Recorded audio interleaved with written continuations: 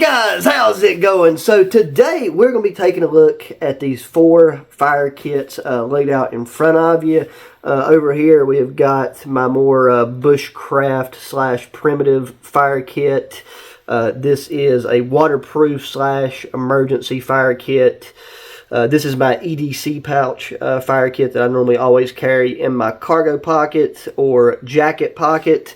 And then this right here is a store-bought, prefabricated fire kit, which I have borrowed some elements out of it and put into other kits. And this is one that I kind of come to and just take things in and out of as I need it. But it's a really, it's a hoss of a kit if it was something that, you wanted to carry this whole thing as part of, like an ATV loadout in your vehicle, what have you.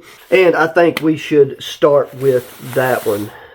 Okay, so looking at this right off the bat, we have this really well-made, beautiful stainless steel container. I'm thinking this company said they're eventually going to start selling these containers as a standalone, because it just makes a great base for a survival kit. Like this is a dedicated fire kit. This is from Titan Survival. I believe it's listed as their emergency fire starting kit.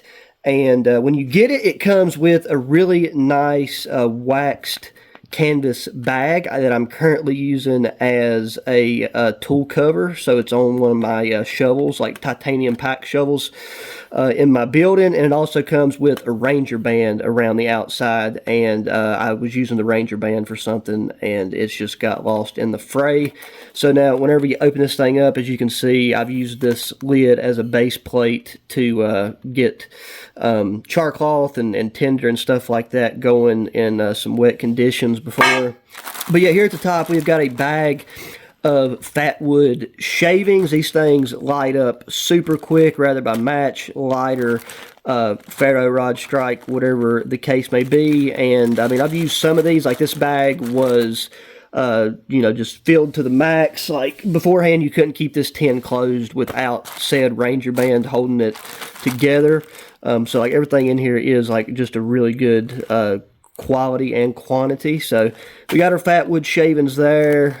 You got 2 of these Choctaw fire ropes, which is essentially just jute rope that's being heavily wax treated, so they're fairly waterproof, especially with this plastic wrapping that is around it. But they break up nice and easy, nice and fibrous. I just take and kind of cut this off with a knife as I need it, as I'm using it.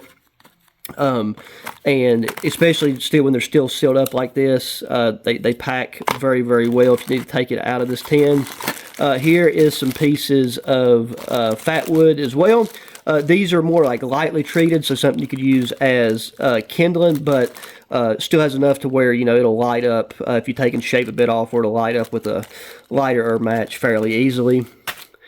One thing that just absolutely love, my favorite part of this kit, is this beefy ferro rod. I was originally wanting to carry this in my EDC fire pouch kit, but it's just slightly too long to fit in the kit. And then the handle here is the survivor cord. Now, this was initially attached to the striker, and I think I took the striker out. Don't remember what I've done with it, but then I put it onto the ferro rod because that gives you a nice handle to hold onto. And I normally always have, I always do have a multi-tool knife, whatever, with me, so it's like carrying around a striker is not super necessary. Here we have got a nice little magnifying glass. If I can open it up, there we go. So there's a magnifying glass. I will say that starting a fire with a Fresnel lens and a magnifying glass is just probably my least favorite way to do it. It works, and I have used both of these in this kit to start a fire. So I mean, as far as that goes, it's a very straightforward process. But just where I'm at, getting like the appropriate lighting conditions and everything, you normally have to stand over, your tinder bundle or whatever you're trying to get to ignite for just a long period of time. Like, it makes a lot of sense, if you're in the desert, or just, it's a summer day somewhere. But majority of the year, I'm going for all other options.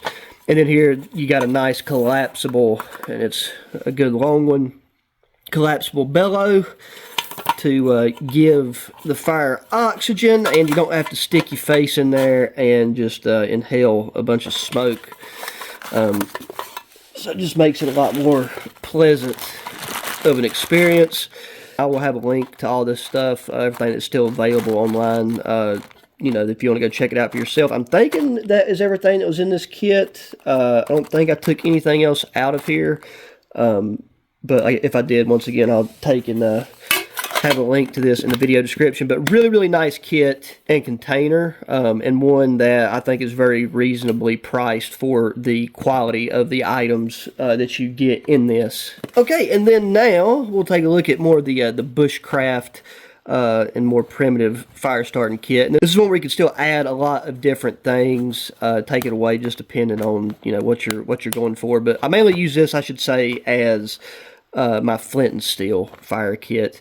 So this pouch right here is a Campcraft Outdoor belt pouch. I believe it's one that come with the indie bag haversack / satchel. Oh wait, no, here's the other thing that was, so this come in this tin right here. This was the char cloth tin, and some of the char cloth I have since added more of my own char cloth and stuff in here, still kept in plastic bags. I've used other containers, obviously, to produce the char cloth, but this one is a really nice one. It's hinged, so you can just take, and you ain't got to worry about poking a hole in it. You could just put your cotton material in there, and or whatever material it is you're looking to char. And yeah, so that was one thing. That was one thing that, you know, took up a fair amount of space in that tin. But I just really liked that this container was labeled and looks a bit different than you know, all the other Altoid tins and stuff I have laying around. So got a nice thing of char cloth there. And then this right here, this is another Decamo and Titan Survival. It's the same company, just slightly different branding. But this is a canvas dump pouch, which I use for collecting tinder. Now, obviously, there's enough kind of, you know, loose space in here. You could cram tinder and things into that bag, but I like having this just as a separate pouch.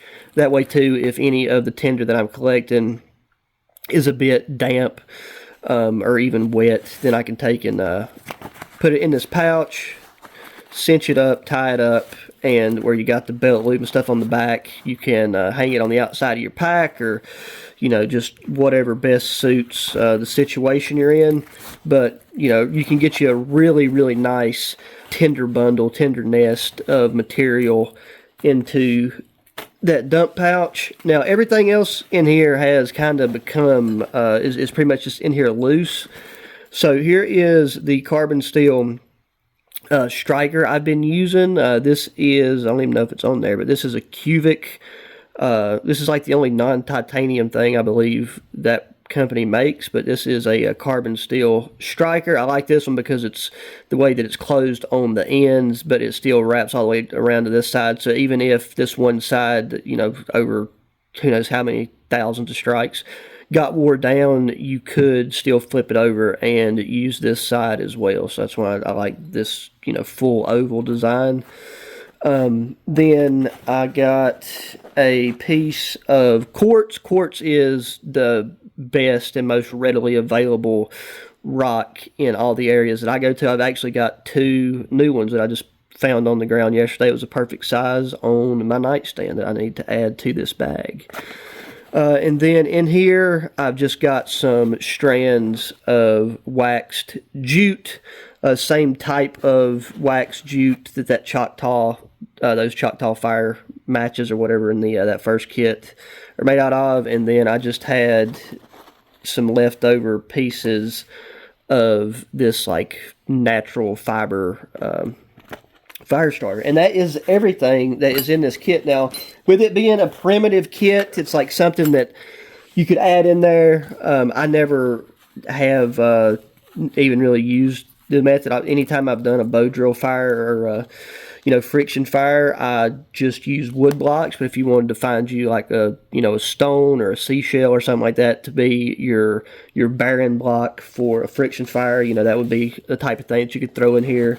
And you can never have too much fire tinder and things like the jute and all, but I feel like that's a good balance. The pouch, I mean, it is much larger than necessary, but that's just so you have options. Like overall, that packs down to about the size of, slightly smaller than a softball, I'd say.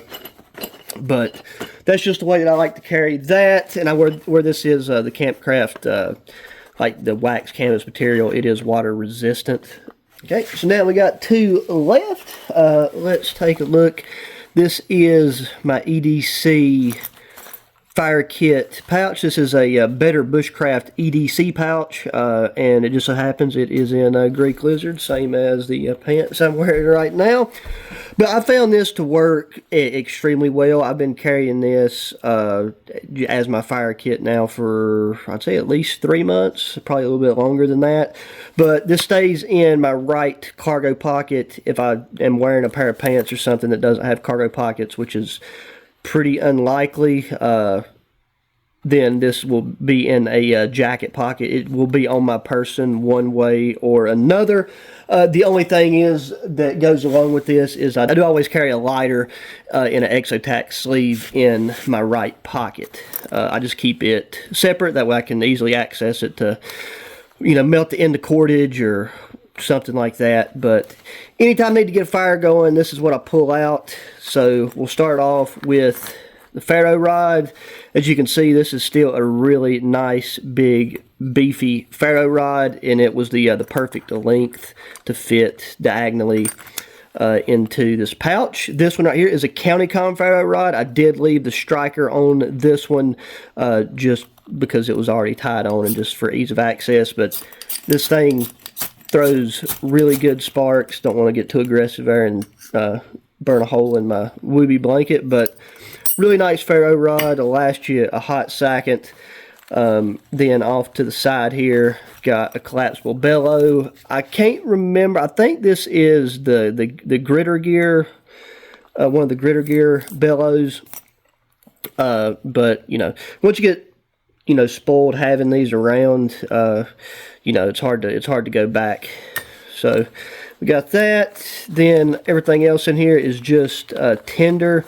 So right here, this is actually a pretty new addition. Not the tinder itself, but I recently got a box of these little tins. They're like 36 or 38 of them for $2 at like a thrift store type of deal, and it makes a great place to put some of this tinder. And I'll show you guys what exactly this is. This is some ProCaliber fire tinder, and I like their fire plugs a lot. And so this stuff right here, even though this is a small tin, this stuff compacts down super well. So I could easily get, depending on the weather conditions, 3 guaranteed fires. Like if I divvy this out into the 3 bunches, like that's 3 fires in wet conditions as well. But if I'm just adding this to some dry material already, then you're talking anywhere between 5 and 8 fires out of that little tin right there. And then in here I've got an assortment of fire plugs, and all of these are ProCaliber fire plugs. As you can see, some of these had been carried around quite a bit. These had become loose inside of the pouch, and then I recently took and got a new little Ziploc bag. This was just a Ziploc bag from some package I'd opened, but it's a nice, thick, durable one. And so that's what, 2, 4, 6, 8, 10. There's 11 fire plugs. There's room for more, but I mean, that's, with personal skill set and experience and all the natural materials available, this is just a setup that makes getting the fire going quick and easy, and would be, more than adequate in pretty much any emergency situation I would find myself in. Obviously this pouch itself isn't waterproof, but the stuff in the tin is now waterproof. The ferro rod doesn't matter. And then those fire plugs are actually pretty waterproof. You know, you just got to break them open and make sure you got your fibers exposed and everything's good. But you know, this pouch, you can wear it on your belt. You can clip it onto something. It's MOLLE compatible in the sense. You've also got this, these are elasticated right here, so you know, as far as a little pouch like this goes, you can easily like run this through some MOLLE webbing, or you can stick a flashlight through the back of this. You do a lot with that little pouch. But that's my EDC fire kit. Doesn't, you know, don't have an exact weight for you, but obviously the only thing in there that's really got any heft to it is that ferro rod. And then finally we have got this emergency waterproof fire kit that I put together probably a week or so ago. Same thing with this waterproof case. I found these. I found 4 of these at the same thrift place. I got 4 of these for $2. I looked on Amazon. I know you can get these clear waterproof cases, but off the top of my head right now I can't recall the price, but I'll link to them. So I do have this on a lanyard. This right here is some tarred bank line, so you got a bit of cordage. This one, you know, this is a fire kit, but I just included a couple other elements that you know, can be utilized in different ways. Since I was going to put a lanyard on this kit, I just had this BCB whistle laying around. So it's orange. Gives a little bit of extra visibility, and a kit like this is something that, you know, I really see using, like having on your kayak, any water sports, any wet weather stuff. But you could put a kit like this anywhere. You could carry this in your pocket, you know, keep one in your vehicle, ATV, you know, motorcycle, whatever. I did take and throw on, this is a County Com glow in the dark. I just call it a tab. But, you know, it charges up with sunlight or LED light really, really fast. Like, this thing's only been in sunlight right there laying just for a second. And it doesn't show up as well on video for whatever reason, but these things do glow really well and really bright. Anyways, that is the lanyard. That is what is on the lanyard. Then on the bottom portion of this kit, because this whole container is clear, I have got 2 or 3 pieces of white Gorilla Tape, and there are in individual pieces, because if you try to run like one strand where this tapers, you'll, like this issue that I had on this like one last piece. The first 2 pieces I got on there perfectly smooth, and then the third wrap got a little bit janky right here on the outside, but you know, what can you do? But you know, Gorilla Tape, don't have to tell you, thousands of uses for it, but it makes a really good long burning fire starter as well, so that, you know, lends itself to the fire kit. But let's take and crack this thing open. Already right here in the top portion there, you can see we've got some fire plugs, fire tender plugs, and these are Blackbeard fire plugs, just because I ran out of my Pro-Camp Tech ones. These are really good, and these are, I would say, the most waterproof out of all the fire plugs I've used, as far as before you break, I mean, once you break them up, they're all essentially the same things, but these are just, they seem to be a lot more heavily wax treated, which is good and bad. It's good because they're a little bit more waterproof. You might get a slightly longer burn time. I've not done a side-by-side with these and the other ones, but the problem is they are a bit of a pain to break up. You really have to work at it. You know, it's not like nothing crazy, but just, you know, in comparison, these aren't ones that you can just take and easily pull apart and put together. You got to work them, and I like to take, and if I have a striker or something with my ferro rod, like get a rock or something, kind of grind it and really break up the fibers. So just something to take note of. We'll go ahead and get the old elephant out of the room right here.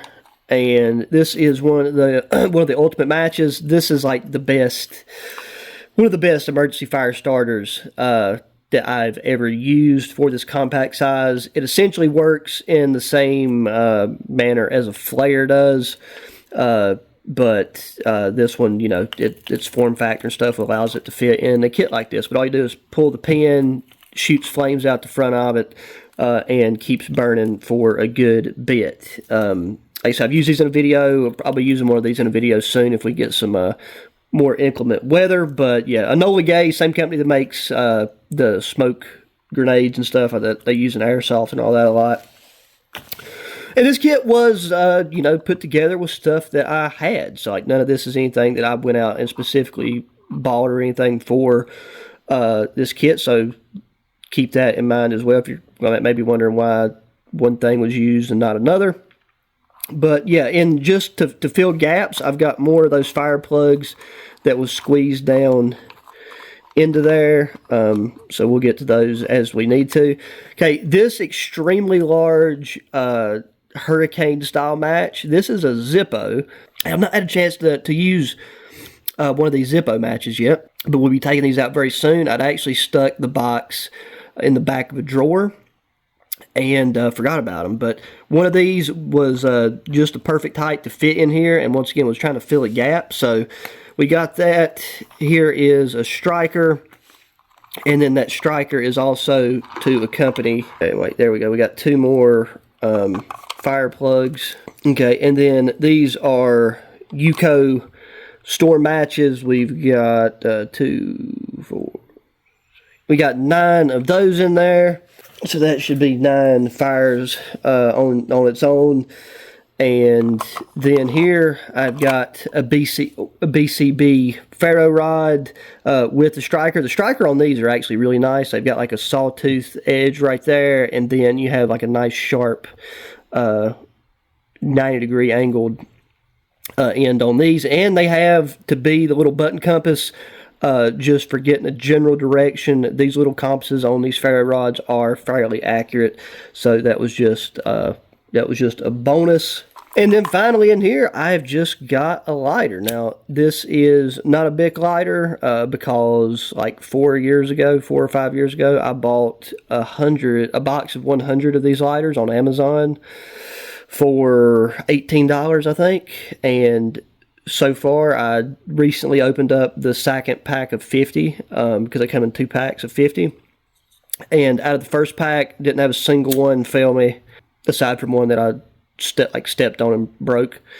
But this one's really good because it's flat form factor and everything allows it to fit against the edge of this kit perfectly, whereas a Bic would have been a little bit more rounded and awkward. But yeah, you know, you got a lighter. I already had the lighter on my person, which I'd always have, but now you have a backup, and this would, you know, if you're using this as an emergency fire kit, this would be pretty much what you reach for 90% of the time. And then if it's a real emergency, you just go straight for the Mac Daddy there.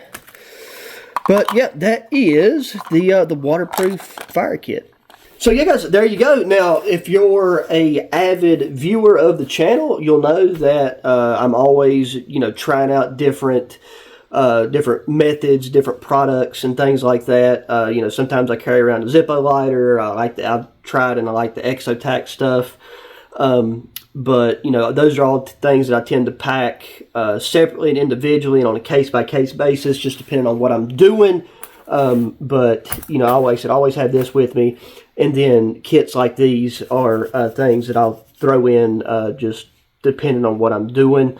But if there's any type of, you know, fire starting product, you know, tool, tender, that you would like to see me field test or integrate into future kits, let me know in the comment section because I like learning about new things that are out there and trying out new things.